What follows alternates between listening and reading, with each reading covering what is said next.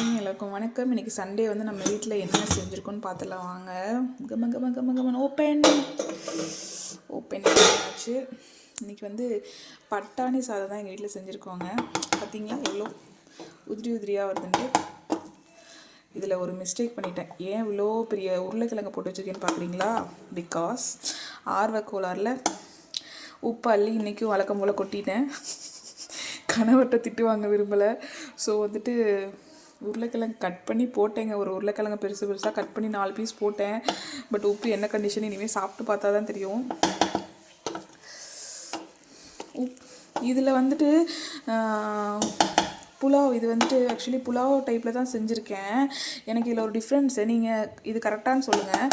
Actually இது lemon ஊற்றாதுக்கு முன்னாடி ஒரு டேஸ்ட்டு சூப்பராக இருந்துச்சு. அந்த டேஸ்ட்டுவே சூப்பராக இருந்துச்சுங்க. நான் என்ன பண்ணேன், கடைசியாக ஒரு அரை லெமன் ஊற்றினேன். அதுக்கப்புறமா அந்த தண்ணியை டேஸ்ட் பண்ணி பார்க்கும்போது வந்து பார்த்திங்கன்னா கொஞ்சம் டேஸ்ட்டு மாறிடுச்சு அப்படிங்கிற மாதிரி இருந்துச்சு. எனக்கு என்னமோ அந்த டேஸ்ட்டு பிடிக்காத மாதிரி இருந்துச்சு.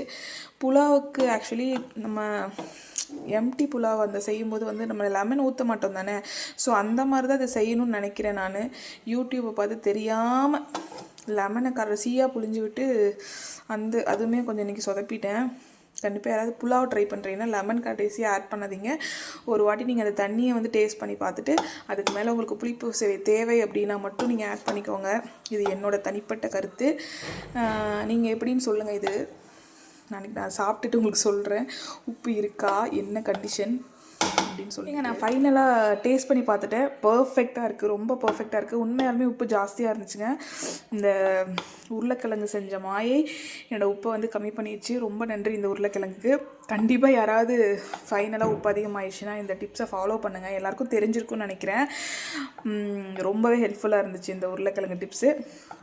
கண்டிப்பாக யாராவது உப்பு அதிகமாக போட்டு பிரியாணியோ ஏதாவது செஞ்சுட்டீங்க, கடைசியில் என்ன பண்ணுறதுன்னு தெரியாமல் இருந்தீங்கன்னா கடைசி கட்டத்தில் இந்த உருளைக்கிழங்கு ஒரு கும்பிடு போட்டு உள்ளே போட்டு மூடி வச்சுருங்க. உண்மையாலுமே கை கொடுத்துருச்சு. இந்த புலாவ் ரொம்ப டேஸ்ட்டாக வந்திருக்கு. உண்மையாலுமே டேஸ்ட் நல்லாயிருக்கு. இப்போ உப்புமே ஓகே தான். எனக்கு அந்த புளிப்பு சுவை மட்டும் இன்னும் கொஞ்சம் இதை விடவே டேஸ்ட்டாக இருந்துச்சு அந்த புளிப்பு சுவை ஆட் பண்ணாததுக்கு முன்னாடி. ஸோ யாருக்கு புளிப்பு லெமன் போட்டு யாருக்கு பிடிக்கும், லெமன் போடாமல் யாருக்கு பிடிக்கும்னு சொல்லுங்கள். இன்றைக்கி நாங்கள் இதுதான் சண்டே சமையல் சாப்பிட போகிறோங்க. இதுக்கு சைடிஷ் வந்து நான் முட்டை தான் வேக வைக்க போகிறேன்.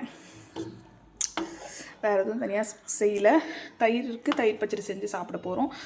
எல்லாருக்கும் ஹாப்பி சண்டே. தேங்க்யூ.